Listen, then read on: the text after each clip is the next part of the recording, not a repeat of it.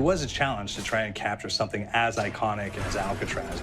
You know about this. This is arguably the most famous prison in the world, and now you're in it. Just the space, the physicality of it, because it's quite claustrophobic.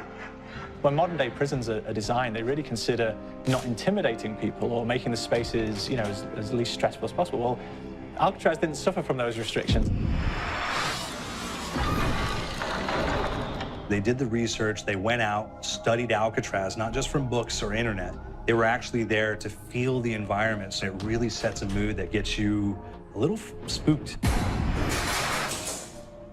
Well, we kind of started with the base layout of Alcatraz. The entire island we ended up roughing out in kind of a white box form, and then figuring out what play spaces we wanted to use out of that, what would be the most interesting areas to play in, and the connections between spaces, and spaces that the public doesn't necessarily get to go into. We really did a lot of pushing to really enhance that psychological horror aspect that we're really looking for. And this is a really good opportunity to really tell something special. Like I got stuck right through the gates to hell! This time around, I feel like it's been identified that there are these side missions that you're going to go out and try to accomplish. Al and the rest of the groups put together this escape plan, but the point is to get the parts and assemble this plane so they can get off the island. We did something new for the first time. We have actually contextual music that goes off. So that's a first for zombies. And it's all based around this horror thriller aspect. Every location will have a specific stinger that you hear when you find it, when you discover it, when you start unraveling the story. We start building on the music that you're hearing, and it's really enhancing that experience and going along with it in parallel.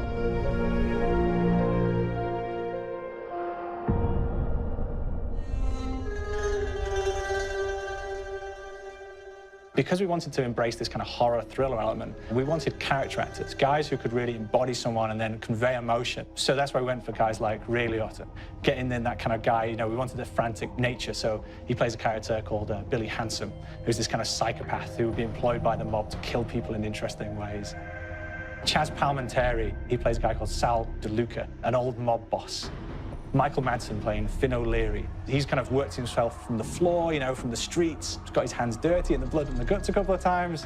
And then we had Joe Pantoliano, and he plays Arthur Arlington, who's nicknamed the Weasel. Those guys, they bring a quality and a subtlety and timing that you can't really identify or try to recreate. Bring it on! Dirtbags! You start off in the afterlife mode, and that's just going to be what's going on. You're going to try to solve the mystery from the second you start. Afterlife, to me, brings a new element, like a new puzzle element. It forces me to think a little bit more or look for the clues or kind of think of zombies on a slightly deeper level. You see clues throughout the map that tell you, ooh, perhaps if I'm in the afterlife, I can interact with this object, or there's some puzzle going on here that I need to be in the afterlife. Back east, I whacked a dirty dentist with one of these. Took forever, too. Alcatraz has a Civil War kind of fort background before it turned into a penitentiary. And so we had this kind of backstory, the idea that the warden would have collected Civil War weaponry. And one of them is a blundergat. It's a fictional weapon, but the idea of the combination between a blunderbuss and a Gatling gun. And possibly, there might be a way of upgrading it to a more fantastical weapon that the players may find. We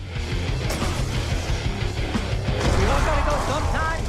You just went now. There's one main zombie, one big zombie that's going to come through and wreak havoc on your life. He'll lock down the perk machine, he'll close down the box, so you have to pay to get that open again. So you don't want him to interfere with your process. Now's a good time to pick a fight. It's a fun challenge. It keeps things moving forward. In terms of perks, we have a new perk called Electric Cherry. When you reload, it gives a shock around, which scales over time. Who's asking for it, these balls? There's so much to experience in this map. Every time I play it, there's a new tactic to take, a new experience, a new objective to go for.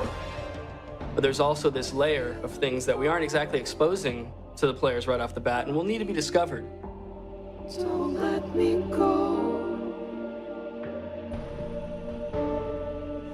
Is it the calling we hear? we've got the undead in there, we've got these historical elements, and these fantastic actors all seem to be with peace with each other in this kind of same world. So it's magical, and our team is incredibly excited by it. This is the